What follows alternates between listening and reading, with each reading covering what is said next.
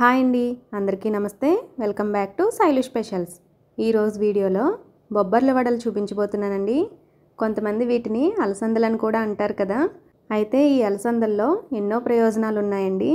ఈ అలసందల్లో calcium, iron, vitamin A వంటి పోషకాలు ఉన్నాయి. అలాగే ఇవి డయాబెటీస్ వాళ్ళకు కూడా చాలా బాగా ఉపయోగపడతాయండి.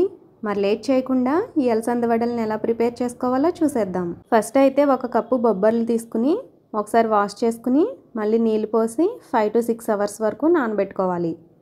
ఒక 5 అవర్స్ తర్వాత చూపిస్తున్నానండి. చూడండి, చక్కగా బొబ్బర్లు నానిపోయాయి. వీటిని మళ్ళీ ఒకసారి కడిగి వాటర్ లేకుండా మిక్సీ జార్లో వేసుకోవాలి. ఇందులో కారానికి తగ్గట్టు పచ్చిమిర్చిని తుంచుకుని వేసుకోండి. చిన్న అల్లం ముక్కలను కూడా వేసుకోండి.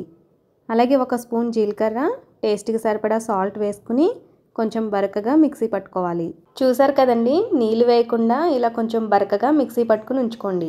ఇలా మిక్సీ పట్టుకున్న పిండిని ఒక బౌల్లోకి తీసుకోండి.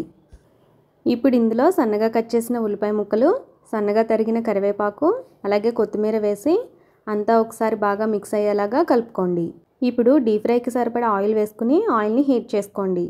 ఆయిల్ హీట్ అయిన తర్వాత పిండిని కొంచెం కొంచెం తీసుకుంటూ ఇలా చేత్తో వడల్లాగా వత్తుకోవాలి. ఇలా చేసుకున్న వడలను ఆయిల్లో వేసి వేయించుకోవాలి. ఒకవేళ మీకు చేత్తో సరిగా రాకపోతే ఇలా ప్లాస్టిక్ కవర్ పైన కానీ అరిటాకు మీద కానీ చేసి వేసుకోవచ్చు.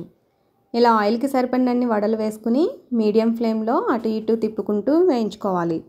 ఇలా బాగా ఫ్రై అయిన తర్వాత వీటిని ఒక ప్లేట్లోకి తీసుకోండి.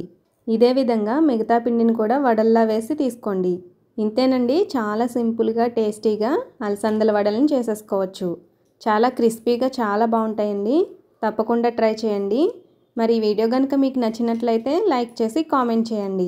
మరిన్ని రెసిపీస్ కోసం శైలు స్పెషల్స్ ఛానల్ని సబ్స్క్రైబ్ చేసుకుని అలాగే బెల్ బటన్ కూడా ఆన్ చేసుకోండి. Thank you for watching.